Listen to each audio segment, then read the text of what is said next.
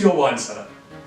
After celebrating many well-known events such as Halloween, the Autumn Internationals in Rugby, and what else? British Film Festival? Transfer Deadline Day.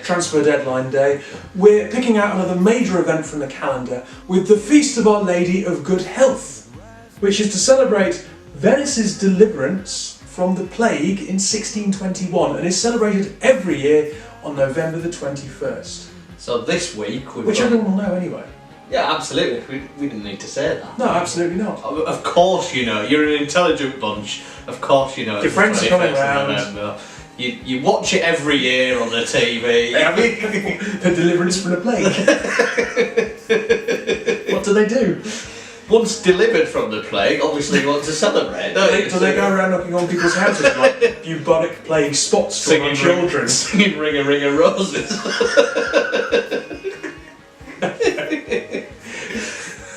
So to celebrate, the plague pain,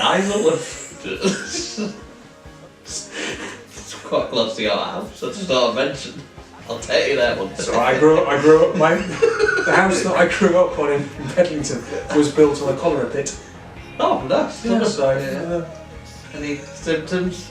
Don't think so. So far, so good. Well, it turned out, you know. Anyway, to celebrate this well-known event in many people's calendar, we have 3 wines from the Venice region, Veneto. Indeed. Is it Veneto? I think it is Veneto. Yeah. This is going to be another week where I pronounce things beautifully. Well, it's your chance. Our first wine is La Gioiosa e Amoressa.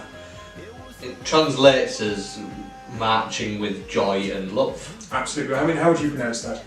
La Gioiosa e Amorosa. Very good. Yeah, so this is as close basically as you're going to get to a Prosecco. It's pink. It's part Pinot Blanc and part Pinot Noir.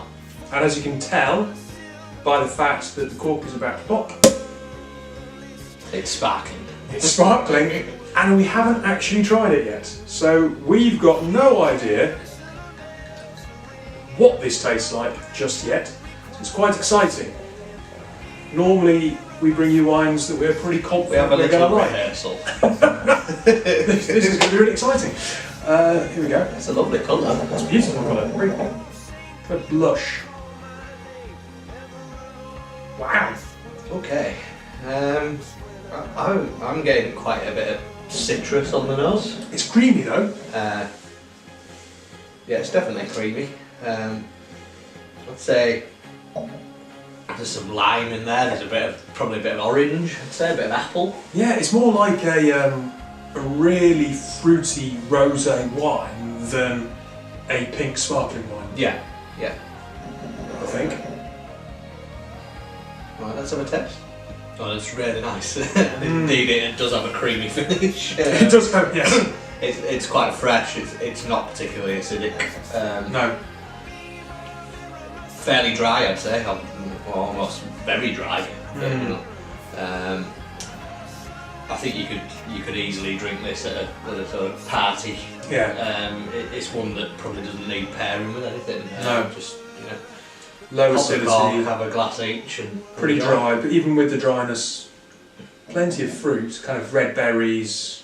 Yeah, raspberries. Bit of cherry, I'd say. Cherry. Like a sweet cherry. Yeah. Even though it's got that that dry feel to it. Very very drinkable. It's a party wine. Especially for, it's brilliant if you just discover that actually you're not going to die of plague. You're plague free. Absolutely. Being plague free. Crack it open. Cheers. Next up, we've got a Cantina de Monteforti Soave. Soave. We've not had a Soave yet at any point in your wine cellar. No. Also another famous Veneto region. Yep. It's grown in limestone hills. Mm-hmm. It's the Classico version, so it's right smack bang in the middle of those hills. And given it's limestone, we're probably looking for something that's a bit fresh and a bit minerally. Yeah. Might be up my street. Sounds like you already tasted. Absolutely not. How dare you suggest such a thing? Oh. Delivered from the plague, but not from Julian's judgment. Okay, so this is, I think, pretty floral. I get a smell of melon. it's quite fresh. You know, that limestone soil's sort of coming through in the nose. Surprising. And then I guess I also get a bit of a nutty smell. So almonds. Maybe I'm thinking. I think if I had to, I agree with everything there. If I had to pick one thing, initially it's that floral aspect. It's elderflower, something along those lines. It is that. Yeah, but quite light. Yeah. Not a strong elderflower smell, but yeah, a sort of nice scent of elderflower in the background, as it were. Okay, that's up there. So immediately, there's an element there that's quite acidic. It's not strong. You get that mouth-watering aspect that we talk about, and the dribble factor, as we should start referring to it. So, yeah, it's quite zesty. I'd say it's a little bit sweet at first, and it leaves a sort of sour aftertaste. There's almost some Granny Smith. Yeah, Granny Smith. There's a bit of lemon in there. Yeah. Doesn't linger around for too long though. But it definitely develops in your mouth. Yes. There's a change initial, from the initial taste to the sort of aftertaste. Yeah. Yeah. I would say. Any final thoughts? I think it's another one that's easy to drink. Yeah. Definitely suited to that kind of festival atmosphere, and you might want to, I don't know, slice of pizza with it, something like that, and it'd probably go quite well. I've not been to Venice, but I have been to Verona. Which is the same region. Yeah. You've been to both? Yeah. I could easily imagine sitting in Verona, late March, early April, chill out. Whiling the hours away. Absolutely. Going for what's the evening walk they do up and down the main street? It's an Italian term. You sort of really? Show how well heeled you are by walking up and down the. Well, they all come out in their scarf. All the men have very unusually still scarves. So you can see yourself. Oh, I love that. Right, so I went with Hayley a couple of years ago, my wife, and basically we were there in t-shirts and shorts. And all of the Italians were in huge fur coats and sunglasses and looked incredibly stylish. It was like too pale northern. So then, you just know for next time you go, you can sit there sipping a Soave Classico with your fur coat and your nice silk scarf on, whiling away the hours. Absolutely. Cheers. Our last wine is a Valpolicella. Or Valpolicella. Yes, the Italian. Valpolicella. It's a red from. Where's this one from? The region is Valpolicella. Oh, is it? Yes. I don't know. I don't know my Italian geography at all. Again, for Venice wine or Veneto wine region. It's a blend of 3 grapes. Yeah. The Covina, the Rondinella, and the Molinera grape, all indigenous to that region. Right. The ripasso comes from putting in the grapes that have been used to make an Amarone wine, which is kind of the classiest thing you can get from that region.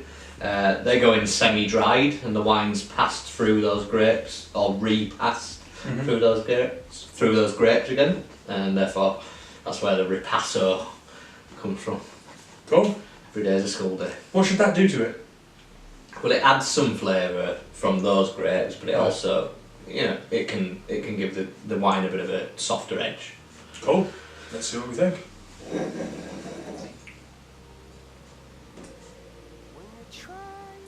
Okay, there's loads. Yeah, there's loads going on. So, fruit-wise, I'd say something like Morello cherries. Blackberries. Yeah, then there's some vanilla in there.